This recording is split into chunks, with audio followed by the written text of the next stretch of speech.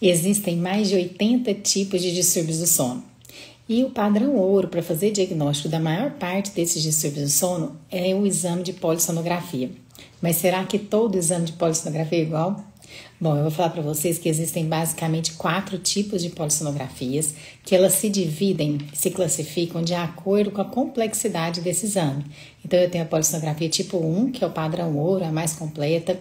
A polissonografia tipo 2, que além de ter todos esses sensores, o paciente também é feito o exame com acompanhamento de um técnico capacitado. A poligrafia tipo 3 e a poligrafia tipo 4. Mas será que são todas iguais? Qual exame é melhor para cada paciente? Existe diferença entre eles? Com certeza. O exame tipo 1 é o mais completo, o tipo 4 mais simplificado, mas não é que o exame simplificado ele é um exame suficiente. A importância está em você conhecer, saber o que você está investigando, conhecer a doença que você está querendo diagnosticar e então você saber interpretar. A partir do momento que você conhece a doença e conhece o exame, você reconhece as limitações e consegue adequar esse exame às condições clínicas do seu paciente e interpretar ele de forma adequada. Então, qual o tipo de polissonografia solicitar e como interpretar os exames de polissonografia são um dos maiores desafios dos profissionais que manejam os distúrbios do sono. O que você precisa considerar quando você vai solicitar um exame de polissonografia? Primeiro, o que você está investigando? Qual é o objetivo desse exame?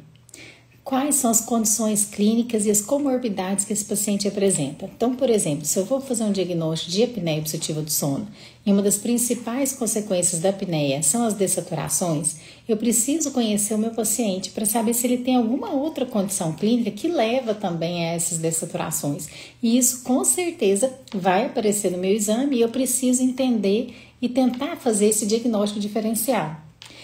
Outro fator importante, o exame de polissonografia é um exame complexo, é um exame difícil de ser feito, requer equipamentos específicos, o técnico que vai estar lá durante toda a noite, ele precisa ter um treinamento específico, o técnico que vai ler esse exame precisa ter um treinamento específico, o médico que vai fazer o laudo desse exame precisa ser um médico de sono. Então, vocês entendem a complexidade desse exame? E será que todo lugar esse exame está disponível? Nós sabemos que não. Se eu falo para você, pensando aqui agora exclusivamente no diagnóstico de apneia obstrutiva do sono, eu tenho mais de 50 milhões de brasileiros que têm apneia obstrutiva do sono. Será que eu tenho laboratório de sono exame e noites de sono e noites nesses laboratórios disponíveis para fazer diagnóstico de todo mundo? Se eu falo para vocês que eu tenho 50 milhões de pessoas no Brasil que têm apneia de sono, que eu preciso de um exame, de uma noite para fazer o exame, para fazer o diagnóstico de cada um desses pacientes, quantas noites de exame eu vou precisar ter? Será que eu consigo fazer esse diagnóstico em um ano de todo mundo?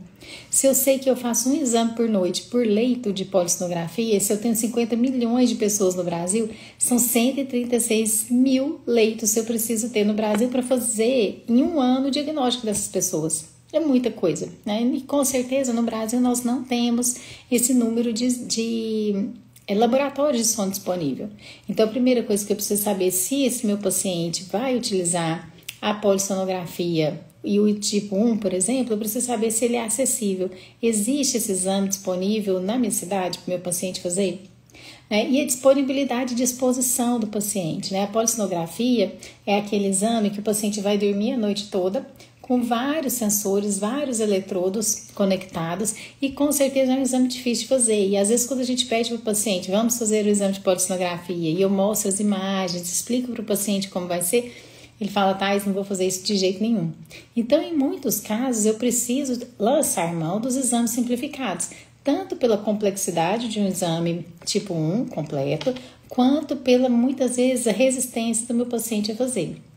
Mas como eu falei para vocês, é muito importante que a gente conheça a doença e a partir desse momento que eu conheço a doença, eu saiba identificar as características, correlacionar as características do meu paciente à realidade daquele exame que eu estou vendo.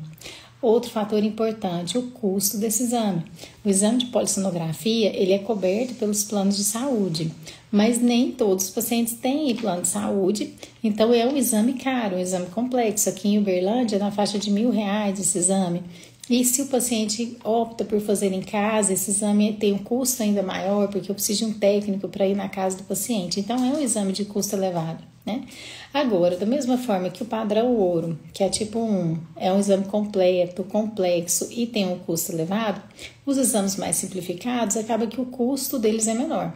Mas é muito importante que a gente saiba, será que todo mundo... aqui ó, a Vivian está falando para a gente do Biologix. O Biologix é um tipo de...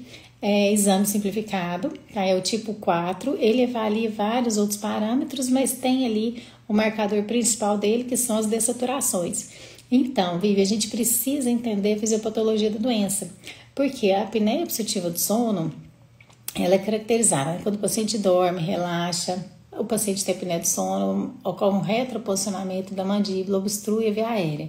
Com a obstrução da via aérea, eu tenho aqueles pacientes que são mais e menos tolerantes à dessaturação, à queda do nível de oxigênio.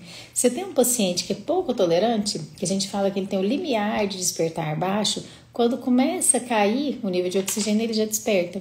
E muitas vezes não dá tempo de captar essa dessaturação, de cair ali os 3 pontos percentuais, 4 pontos percentuais no nível de oxigênio, que vai configurar um evento obstrutivo nos exames simplificados, que captam as dessaturações.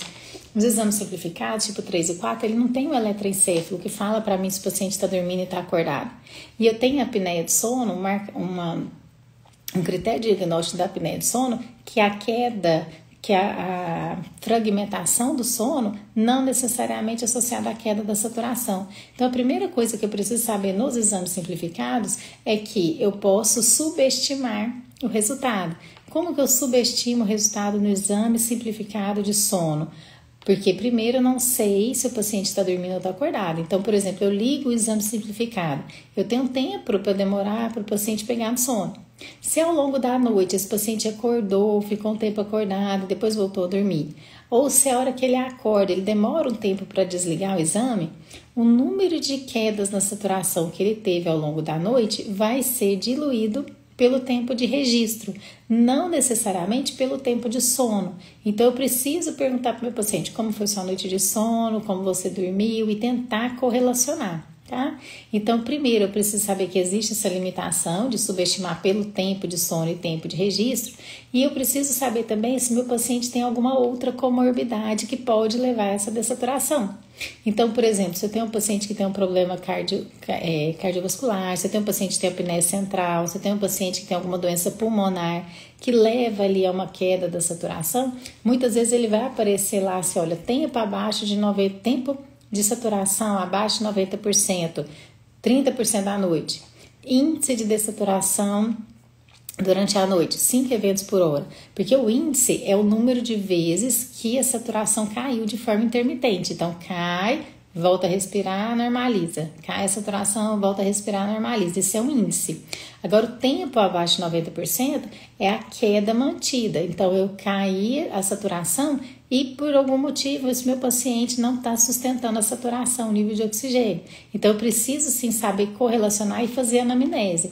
A anamnese do paciente, ela é soberana. A clínica do paciente é soberana.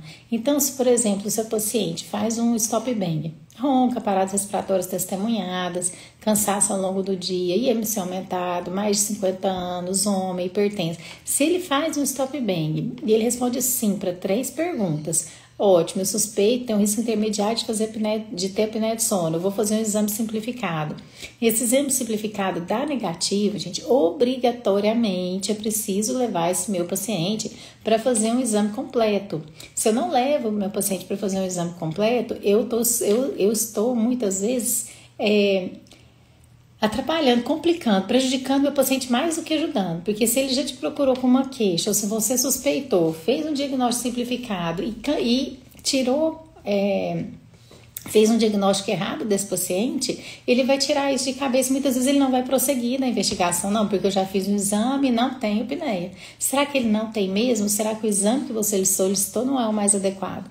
Então a gente precisa sempre ter isso. Às vezes os nossos colegas pensam no contrário, né? Não, eu fiz o exame simplificado, não tem apneia, então não tem, eu descarto. É o contrário. Você vai fazer o exame simplificado, se ele dá positivo, ótimo, você já pode encaminhar esse paciente para tratamento.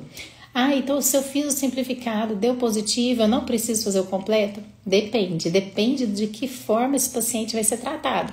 Se ele vai ser tratado com o CPAP, por exemplo, que é um equipamento que me gera um relatório diário de ocorrências desses apneias obstrutivas do sono, muitas vezes eu não preciso fazer um exame completo. Mas se esse paciente vai para o aparelho intraoral, eu preciso fazer, porque eu não vou investigar só as paradas respiratórias ao longo da noite. Eu quero ver a estrutura do sono, eu quero ver as apneias de acordo com o estágio do sono que ela acontece, eu quero ver se essas apneias estão ou não associadas à fragmentação do sono, porque muitas vezes no aparelho intraoral, por exemplo, que eu tenho um tratamento que o paciente tem uma apneia moderada, né, mais de 15 paradas respiratórias por hora de sono, associada à sonolência, associada a déficit cognitivo, várias condições ronco durante a noite. E aí eu coloco o aparelho intraoral, esse meu paciente melhora os níveis de saturação, mas ele ainda continua cansado. E aí, será que está sendo efetivo? Então eu preciso sim, quando eu tenho um recurso, um tratamento que me auxilia no acompanhamento de rotina diário ali do resultado terapêutico, não necessariamente eu preciso levar ele para o exame completo, porque ele já vai ser tratado e eu já tenho uma ferramenta para investigar o resultado terapêutico. Agora, para o aparelho intraoral, eu sempre recomendo a solicitação de exame completo. Ah, Thaís, mas eu tenho um paciente que não tem convênio, não tem condição de fazer. Você pode, então, fazer com a recomendação de um médico, tá? Com a recomendação de um médico, ter sempre o acompanhamento do médico. Gente, às vezes tem essa pergunta, né? Será que será que existe um profissional que maneja sono que é mais importante que o outro? Gente, não existe. Não é porque o médico é mais importante. Por isso que eu tô falando para vocês encaminharem para o médico. Não é isso. É que a apneia de sono, apesar dela acontecer aqui em cabeça e pescoço, que é extremamente nossa área de atuação, né, nós estamos muito familiarizados, é uma área de atuação do dentista, sim. Ela tem fatores etiológicos, sistêmicos, condições clínicas sistêmicas que causam a doença. E além disso, a doença ela pode trazer consequências sistêmicas. Então, é essa a importância do médico nesse contexto, de fazer o diagnóstico correto e de encaminhar para a melhor forma terapêutica, tá? E fazer o acompanhamento da evolução clínica desse paciente. O médico, ele não trata o paciente sem o dentista, ele não trata o paciente sem o físio, sem a fono. Então, dentro da equipe multiprofissional que maneja sono, a odontologia tem um espaço, assim, inegável. A gente fala que a odontologia, a odontologia do sono, ela é mais reconhecida no meio multiprofissional do sono do que dentro da odontologia, e a gente precisa abrir os olhos para isso. Vivian, um resultado de STOP-BANG é mais relevante que a escala de Epworth para indicar o exame? São coisas diferentes. A escala de sonolência de Epworth, ela avalia sonolência excessiva. E avaliando a sonolência excessiva é com certeza um sinal de que esse paciente não está tendo sono reparador. Mas a STOP-BANG, ela rastreia, e pode ser apneia de sono, pode ser insônia, porque o insônia, por exemplo, não é que ele não dorme, não tem sono, ele tem sono, mas tem sono na hora errada. Então, muitas vezes ele tem sonolência ao longo do dia, tá? Tem várias outras condições que trazem sonolência, várias outras doenças que trazem sonolência. Um exemplo bem simples para vocês. Será que quando você está doente, quando você está gripado, você não tem sonolência, não quer ficar deitadinho, dormindo o dia inteiro? Porque isso mostra a importância que o sono tem para o sistema imunológico. Tem várias doenças que causam sonolência ao longo do dia, relacionadas a alterações de tireoide. Então, tem várias condições. Então, a escala de sonolência de Epworth, ela sinaliza para um sono não reparador, para um cansaço, sonolência ao longo do dia, mas não necessariamente apneia. É uma ferramenta muito boa, muito boa. O STOP-BANG, ele é mais específico para apneia de sono, porque eu vou investigar os fatores que estão desencadeando a apneia.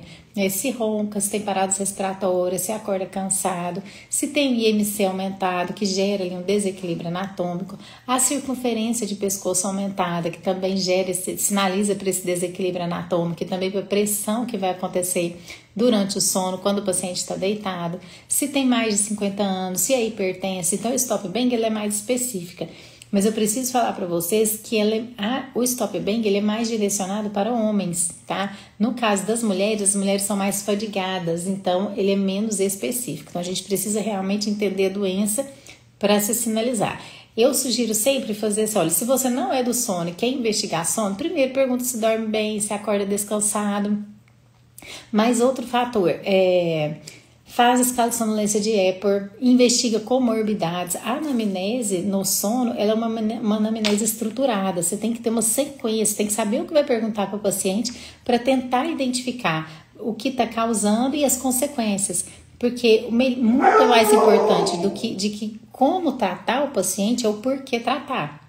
Porque pensa, o paciente ele vai usar essa ferramenta, ele vai usar essa condição, essa terapia, gente, algo para dormir toda noite. Muitas vezes o paciente vem trazido pela esposa, vem trazido pelo companheiro, pela companheira para tratar o sono por causa do ronco.